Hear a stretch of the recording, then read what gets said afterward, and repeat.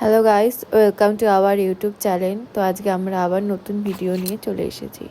দেখো মাছগুলো ভাজা হয়ে গেছে সব।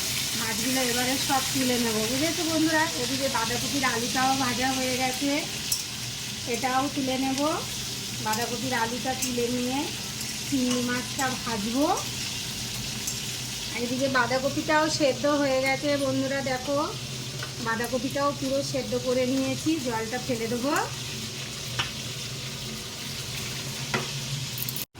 এই যে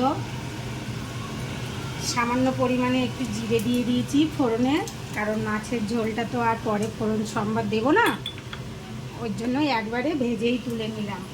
তুলে নিয়ে আর এই যে বাঁধাকপির আলুটা ভাজা হয়ে গেছে, তুলে নিই।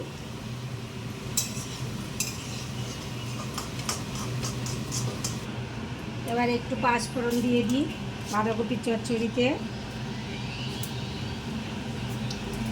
একটু তেজপাতা দেব, ফোড়নে একটু তেজপাতা দেবো।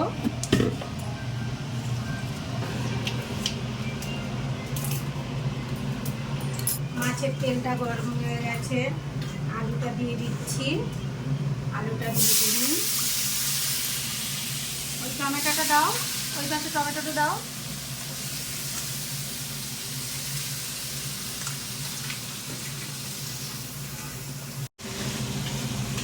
দেখো বন্ধুরা, আলুটা ভাজা হয়ে গেছে লাল করে। টমেটোটা দিয়ে দিচ্ছি, একটা টমেটো দেবো। সর্ষে বাটা দিয়ে মাছের ঝাল তো তরকারি, একটু টমেটো দিলেও ভালো হয়, যেহেতু নোনা মাছ। এদিকে বাঁধাকপি চিংড়িটাও ভাজা হয়ে গেছে আমাদের। জিরে আদা বাটাটা দিয়ে দিচ্ছি।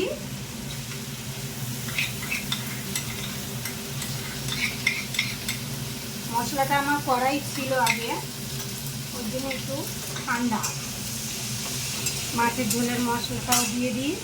সর্ষে আদার জিরে বাটা,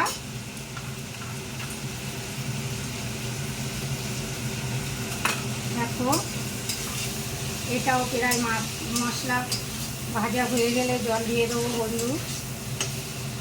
দিয়ে দেবো ছেঁকে ছেঁকে, কারণ চিংড়িটা আর ভেজে তুললাম না, ভালো করে ভেজে নিয়েছি। ভেজে আর তুলে আলাদা রাখলাম না, এতেই বাঁধাকপিটা দিয়ে দেবো ছেঁকে ছেঁকে।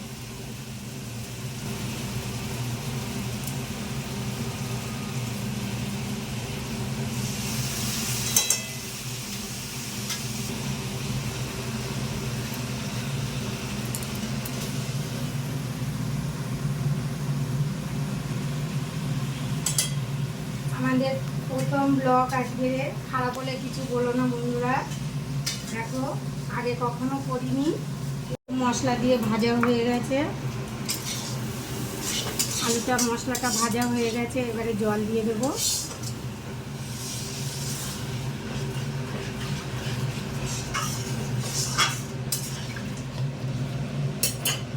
একটা ধনে পাতা দেবো, একটা ধনে পাতা কেটে নিই।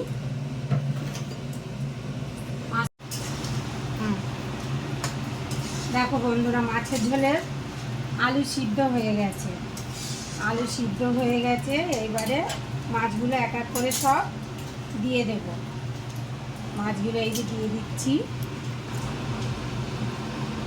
ধনে পাতাটাও দিয়ে দিচ্ছি। এবারে ধনে পাতাটা দিলে, নোনা মাছের তরকারি করলে সব সময় একটু ধনে পাতা দেবে, তাহলে মাছের তরকারিটা টেস্ট হবে, একটু সেন্ট হয়, টেস্টও হয়।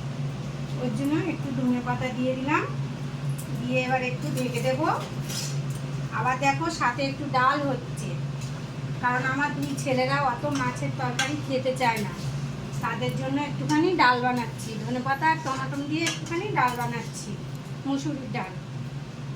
এই যে মুসুরির ডাল সিদ্ধ হয়ে গেছে প্রায়।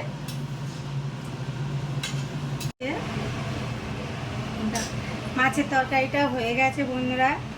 এইবার বাঁধাকপিটাও প্রায় হয়ে গেছে। বাঁধাকপিটা হতে হতে আবার লাগিয়ে রেখেছিলাম, একটু চা গরম করছি তো তার জন্য। এবার আমরা বাঁধাকপির চচ্চড়িতে একটু ভাজা মশলা দিয়ে দিচ্ছি। ভাজা মশলা দিলে বাঁধাকপির সেন্টটা এবং টেস্টটা একটু অন্যরকম হয়। এখানেই আমাদের ভিডিও শেষ করছি। আপনাদের সাথে দেখা হচ্ছে পরের ভিডিওতে। ততক্ষণ আমাদের ভিডিওটি লাইক আর সাবস্ক্রাইব করে দিন।